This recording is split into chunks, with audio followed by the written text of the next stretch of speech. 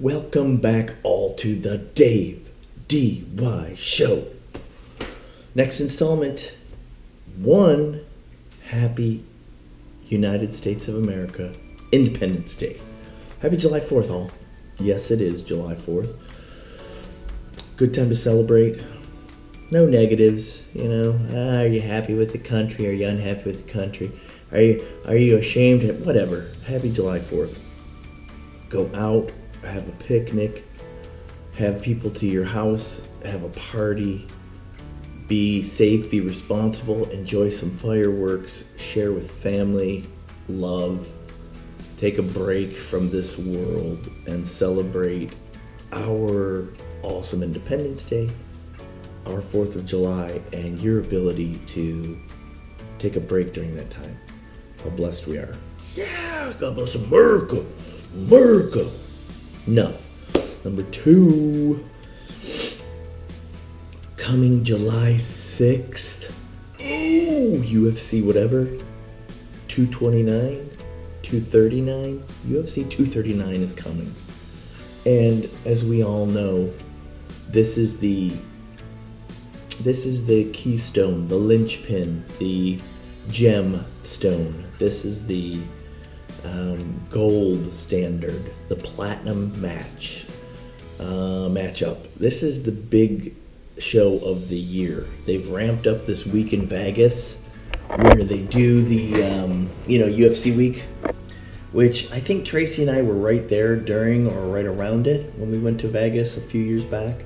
I got a keychain and some other shit. We saw some event. They inducted Forrest Griffin into the Hall of Fame and some other stuff. We met him out in the hall. So it's a pretty big week in Vegas, and they followed up with a bunch of fights, which they had some big fights. They had Ngannou against Junior Dos Santos, Zingano, and Francis destroyed him. I just showed an episode with the World Slap-Off Championships. That's what Francis did to Junior Dos Santos. He took his giant beef-eater, meaty hand and smacked Dos Santos into last year. Whoops. Oh, sorry. Junior has no chin, we know that. He's been in way too many massive combat meetings with Cain Velasquez and others. So when you take that many hits and your head's bloodied and beaten for 5 rounds multiple times, you can't take the shots anymore. Especially from that fucking little dump truck of a hand that Ngannou's got. Francis's hand is huge. It's like that wide. It's like the hand that guy that did the slap-off has. It's bigger than Cain Velasquez's hand. And Cain Velasquez needed ×5 super huge gloves that had to be custom made in the UFC per Dana White or Joe Rogan because his hands were so big. Yeah, so the 6th, this Saturday, big fights. The undercards, there's a kid, he's French, he's Cajun, he's French Quarter. What's his name? Bouchel. His name is Rick Contra, and he's off a reservation. So he's a scrapper, and I think he's going to do well. But then you get to the prelim card, and my boy that we rode the elevator up with, Gilbert El Nino Melendez. Dude, that guy will stop fighting when you stick him in the ground. Badass. Always scrapping, always a player, always busy, always doing his company, always got his girls, his family, his girlfriends, his wives, whatever. Just rolling all the time. So he's fighting Arnold Allen. Up and comer, don't know who the fuck that is. Gilbert will probably have his hands full. El Nino throws, but these young people coming up, and as time passes, Father Time catches up to you. Like BJ Penn finds out, oh, it's not nice. Father Time is he's not a nice person. He's not a nice constant. He tends to hurt us. So we'll have to watch that fight. But when you look at the main card on this fucking July 6th, crazy UFC 239 event, it starts at the bottom with, I'll tell you, Cesar Ferreira and Marvin Velton. Don't know who those guys are. Hey, wait a minute. What am I doing? No, I'm way off. Oh my God, dude. What just happened? Where am I? 239, bro. Okay, scratch that. The main card is Diego Sanchez against Michael Chiesa. That's the first fight. Diego Sanchez is crazy, we know that. That guy has taken brutality, but it seems like because he's got some kind of inhuman structure in his brain, in his head, or there's nothing there to begin with, he just keeps coming forward like the Terminator. Chiesa's tough, Chiesa's smart, he's skinny though, he doesn't have knockout power. He uses elbows, knees, kicks, so I don't know who's going to win that. Chiesa's the younger fighter, he should win that. Diego Sanchez can be a bruiser. And he's the guy that points at the center of the octagon and says, we're going to go at it right here, and they just stand there and throw. That's not what Michael Chiesa wants to do. Diego Sanchez will knock his mullet right the fuck off. He'll knock the glass that Conor McGregor scattered on his little brain when he was in the bus and took the handcart. Diego Sanchez will knock the glass off of Michael Chiesa's head, right out of his mullet. So I do not suggest he does that. He needs to fight a smart fight. He will beat Diego Sanchez. Not sure if he'll knock him out. Don't think so. Maybe choke him out, maybe submit him, but not sure he'll knock him out. And Diego Sanchez could knock Michael Chiesa out. Then they've got Luke Rockhold is fighting Jan Blachowicz. Luke Rockhold has become the biggest disappointment in the UFC for me. And I think I sort of knew that beforehand because it was stated that he is a natural athlete. Meaning whatever he did, if it was skateboarding, if it was basketball, if it was tennis, if it was football, if it was MMA, he was gifted at. He's got wonderful genetics, and I'm not saying he doesn't diet and work hard, but he doesn't have that killer hunger that BJ Penn, a pudgy little Hawaiian Asian who is the least impressive individual with his bald head, comes out and licks the blood off his gloves because he just devoured your soul. That's not Luke Rockhold. Luke Rockhold's a model in the octagon, and Michael Bisping showed that. He's he's like the man from Manchester. Knocked him out. What a punk ass. If you get knocked out by Bisping, you're a puss. And I'm not saying Bisping wasn't a tough guy. I got into this discussion with my friend Phil Cummings ages ago. Bisping is a scrapper from Manchester, from Middle England. He is a scrapper. Dude, he never, ever should have been near world champion. Never. At his greatest, Michael Bisping should have been 5 out of the top 5. He should have been in the 5th position. There will always be 4 people that will destroy him and destroy his hard work, because that's what he is. He's a hard worker. He's not a gifted athlete. Never was. Doesn't have a gifted physique, didn't have great striking, was a good striker, really honed it, turned into a street fighting striker in the octagon, honed that with boxing skills, fucking knocked Rockhold out. What a loser. What a vagina. So I don't know who this, I've seen him, Jan Blachowicz is. Maybe he'll knock out fucking Rockhold too. I don't know what Luke Rockhold's doing. He should have stuck with DKNY or with De Beers or whatever and done his modeling in New York. He should have never fought because he's that much of a vagina. Pretty boy vagina. He'll never be champ. Jorge Masvidal against Ben Askren. Ben Askren got his brain rattled by Robbie Lawler last fight and should have lost. Robbie Lawler should have jumped on him and mauled him, but he beat him back. He rolled around with his wrestling, being an Olympic gold medal wrestler, got on Lawler and put him in some head crank like Conor McGregor, and the ref sort of called it quickly. Can't remember who the ref was.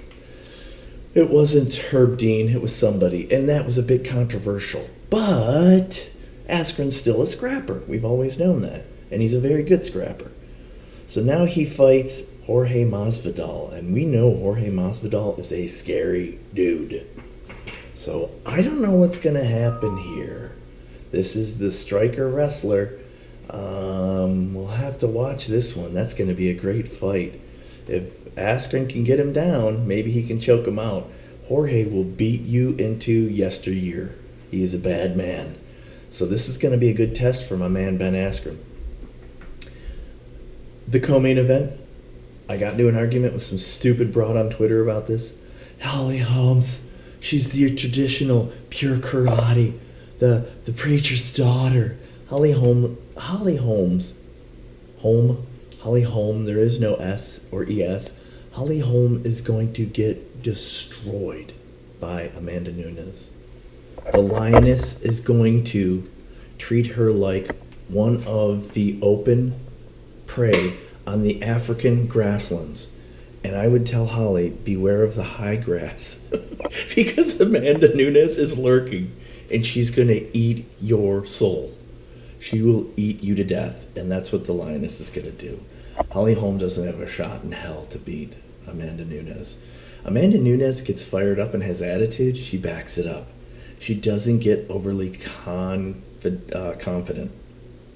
She scraps every time. She comes in with anger. She comes in with fierceness. She comes in with intelligence. She comes in with aggression. Holly Holm is in deep trouble in this. Amanda Nunes is going to destroy her. And it's unfortunate that people are so stupid to think that she's got a high kick shot in hell, because that's the only thing that's going to be close to even touching Nunes and being able to end this fight. And it's not going to happen. But it'll be exciting to watch this. I suspect first round knockout. I think Nunes is going to rush her, is going to block a couple kicks, is going to close the distance so the karate doesn't have an effect, and destroy her. Holm has good shots. She's a good stand-up. She's a great striker, but she doesn't have the power. She never will have the power. She's got skinny arms. Nunes has power. Nunes is loaded with roids, was loaded with roids, and will destroy Holly Holm. It'll be a quick fight. And then the championship, Jon Jones against Thiago Santos. Here's my statement. Years ago, Thiago Santos, I always felt was washed up. He never would be a champion. These guys reintroduce roids, right? They cycle through, they cycle out, they get tested, they don't. They go back to Brazil. Nobody can find you in Brazil. You train wherever you want forever. You've got to report into the UFC where you're at, right? I'm at this city, I'm doing this, I'm training with, Team Novo União. I'm down here. I'm in Brazil, Brazil. I'm in Brazil City. I'm in Rio de Janeiro, wherever you are, so that the testers can piss test you. I don't know. I don't know if they'll find him. Thiago Santos has always been beefy. Jon Jones is an enigma. He's a gangster. He's a thug. He's probably one of the greatest that ever walked the planet. His attitude has destroyed his ability or his legendary stature to actually be one of the greatest. You don't just measure. Lance Armstrong was the greatest ever that sat on a bike. Doesn't matter if he took performance enhancing drugs and injected them up his anus through his brain. They all did it. Armstrong was the greatest ever, and he's been shunned because he was an asshole. Jon Jones is the same. He's an asshole. We've seen it behind the scenes. They're all assholes to a degree. Jon Jones is personally and begrudgingly and, created. He's created as an asshole. And I thought he would be the best and stay the best and be the greatest, and he just turned into a typical thug. Driving around, drinking, smoking, disregarding, thinking that he didn't have to train, thinking that he didn't have to work hard. And he's suffered because of it, because he should have been the Daniel Cormier. He should be worth multi-millions of dollars. He should be champ with dual belts. He should have been if he'd have stayed focused. And he didn't, and I don't think he cares. He is what he is, and he's got an attitude where he doesn't look back, but who cares? So I don't know who's going to win this fight. I think Jones should win. He's a much more rounded, much scarier fighter. Thiago Santos has power. He's still got something of a chin. It hasn't been totally beaten out of him. But if Jon Jones isn't tight, if he's not on top of his game, he could lose. And I don't think it'd be a bad thing. I don't know what it'd do to him, but who the hell knows? So, I don't know. I suspect it'll be a second round chokeout, knockout for Jones. I don't think it'll be the first round. I think he'll dance around and be cautious.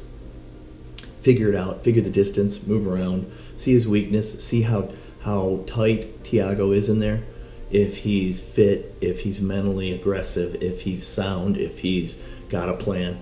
And then Jones will wait second round, third round to attack and knock him out. And it'll probably be strikes. It'll probably be spinning elbows, maybe some kicks. I think he'll use that front teat on the knee a lot. We'll see the same Jon Jones. He's not going to be evolutionarily better. I don't know what his fitness will be. He's not going to be the lean Jon Jones that he used to be. Clearly, he did a bunch of drugs, which he got busted for, and he lifted a lot of weight so he could get bigger. And I think he did that to compete against Daniel Cormier, who was a thick dude, you know? So, who knows? I'm excited for it. I love the title fight, but you know, or the main card, but The main event, Jon Jones, Thiago Santos, I don't know. I'll pick Jones in the second or the third round. It would not be a fight that I have to see. So we'll have to see how that goes. But a sick card all in all, with some incredible fights and some outcomes that are going to change the state of mixed martial arts. Amanda Nunes will continue her reign, right? Luke Rockhold will probably drift into anonymity if this Blachowicz knocks him out, chokes him out. I don't know what he is. I think he's a Russian or something. Who knows? Maybe he's a Samba wrestler. Who knows?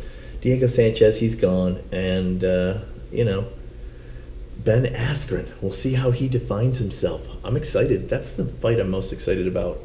Ben Askren against Jorge Masvidal. This will be a real test. Robbie Lawler was a pure striker with what used to be a big, solid chin, and he almost knocked the fuck out of Ben Askren. Jorge Masvidal will be a big test. So I'm excited about that fight the most. But we'll have to see. Tune in on Saturday on ESPN plus the Ocho 11. What the fuck? I won't be watching it. I'll have to stream this shit on the internet. And we'll follow up with some results. Happy 4th of July. Dave DY Show. Comment, like, subscribe, share, do whatever. Out.